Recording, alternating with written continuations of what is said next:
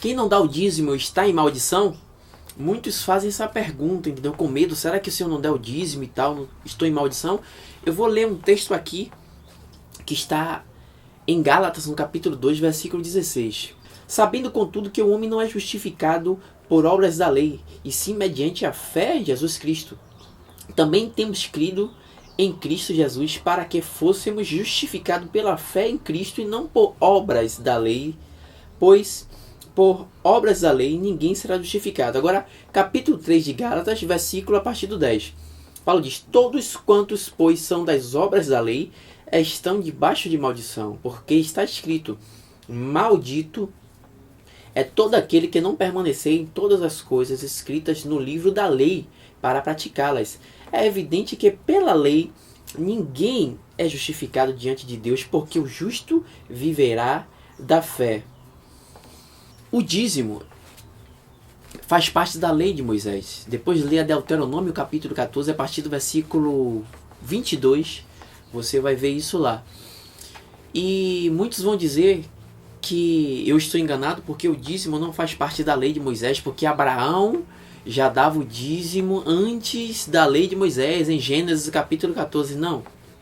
Eu tenho um vídeo explicando sobre o dízimo de Abraão. Aquele dízimo de Abraão não foi um dízimo anual, como diz a Bíblia em Deuteronômio 14, 22, que ano após ano, que o dízimo sempre foi anual. De Moisés, o mosaico, mas aquele de Abraão, a Bíblia não diz que ele dava a Melquisedeque, mas diz que ele deu. E aquilo foi um imposto, entendeu? Era um imposto, o dízimas, significa 10%. E aquele dízimo que ele deu não foi de dinheiro, e foi o dízimo dos despojos da guerra, entendeu? Não foi nem nada dele.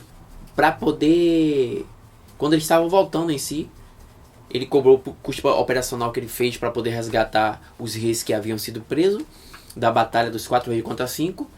E ele pagou o dízimo a Melquisedeque, que era um tipo de imposto na época. Eu tenho um vídeo explicando isso aí. Mas vamos usar esse texto para dizer: olha, Gerson disse que o dízimo era da lei de Moisés, mas está errado, que antes de Moisés, em Gênesis 14, Abraão já deu dízimo, Jacó disse que se Deus abençoasse, dava o dízimo, mas aquele dízimo não tem nada a ver com esse da lei. E esse dízimo que pregam, usando Malaquias e tal, que usam para dizer que você está amaldiçoado, com maldição sois amaldiçoado, em Malaquias 3, e a mim me roubais, ó, vocês são ladrão, eles dizem, e se você der o dízimo eu vou repreender o devorador, ó, o devorador é demônio, que não é demônio, era gafanhotos. Mas esses textos que usam para colocar medo, essas ameaças, são os textos da lei de Moisés, entendeu? Então, eu li agora que Paulo disse que o justo vive da fé. E ninguém é justificado pela lei de Moisés, porque você teria que guardar toda a lei. Quem quebra um mandamento se tornou culpado de todos. Então, a pergunta do pessoal é: se eu não der o dízimo, eu estou em maldição? A minha resposta é essa: é mais fácil você estar em maldição se você dá o dízimo, tentando praticar a lei de Moisés, do que se você não der o dízimo. Entendeu? Porque se você dá o dízimo, por que você está dando o dízimo todo mês certinho? Será que você está tentando praticar a lei de Moisés? Muita gente fala: se eu não der o dízimo eu perco minha salvação, eu quero minha salvação. Então ela está querendo se justificar pela obra, pela lei de Moisés. Entendeu? Que não era nem o dízimo todo mês, era todo ano. E também não era dinheiro. Mas ela foi ensinada errado e ela está praticando para garantir a salvação. Aí ela paga a mensalidade da salvação todo mês certinho. E já tira o primeiro, né? Quando tira o dinheiro do banco, que é as primícias. Que eles usam no Velho Testamento, as primícias. É lei de Moisés. Eu não estou dizendo que você não pode ajudar, você pode dar seu dinheiro todo, mas se não for de livre e espontânea vontade, não serve. Se não for por amor, nada disso se aproveitará. Entendeu? Você não pode dar com medo, com base em ameaça, alguma oferta, porque Deus ama quem dá com alegria. Não pode ser forçado, tem que vir do coração. E dízimo não pode nem ser falado hoje em dia essa palavra, porque alguém pode pensar que tem a ver com o dízimo de Malaquias, o dízimo terrível, e os dízimos que pregam hoje, que não é nem o dízimo da Bíblia. O dízimo da Bíblia de Malaquias, do tempo do governo teocrático de Moisés, em Deuteronômio 14, tinha a ver, entendeu? O tempo do governo teocrático deles era o rei, era o imposto das 11 tribos que colhiam anualmente dos animais, dos cereais, dos frutos, e da uma tribo de Levi que não tiveram herança na terra, que nenhum pastor hoje, eu nunca vi em minha vida ensinar isso às ovelhas. Eles só pegam as ameaças de Malaquias e o povo dá obrigado. Isso é desevangelizar o evangelho, que o evangelho é a boa notícia, que Jesus disse: ide o mundo e pregue o evangelho. E a boa notícia É o que Paulo fala em 2 Coríntios 5,19, que Deus estava em Cristo se reconciliando com o mundo e não imputando os homens, não levando em conta os nossos pecados, mas de graça Ele nos deu a salvação. Você não precisa pagar nada.